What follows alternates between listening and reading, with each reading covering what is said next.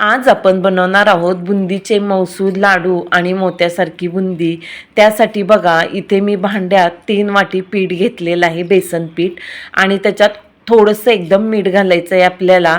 आणि त्याच सेम वाटीने इथं मी 2.5 वाटी पाणी ओतून पीठ सगळं व्यवस्थित छान भिजवून घेतलेलं आहे, कुठेही गुठळी न होता। नंतर त्याच्यात आपल्याला थोडासा सोडा घालायचा आहे। सोडा आपल्याला एकदम थोडासा घालायचा आहे, कारण सोडा तेल पितो। आणि नंतर व्यवस्थित छान फिरवून घ्यायचं आहे।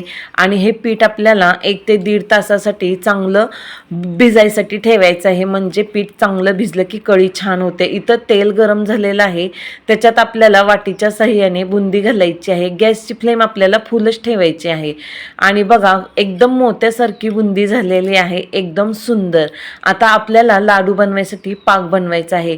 पीठ घेतलं त्याच सेम वाटीने इथं मी 3 वाटी पाणी घेतलेलं आहे आणि 3 वाटी साखर घेतलेली आहे। आपल्याला पाक मधा एवढा सुद्धा घट्ट बनवायचा नाहीये आणि आपल्याला फक्त बोटाला चिटकेल एवढाच पाक बनवायचा आहे।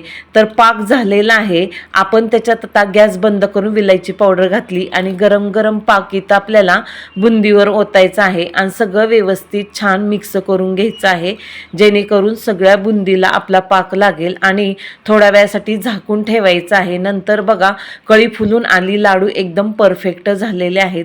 ही रेसिपी तुम्हाला जर पूर्ण पाहिजे असेल तर खालील लिंकवर क्लिक करा।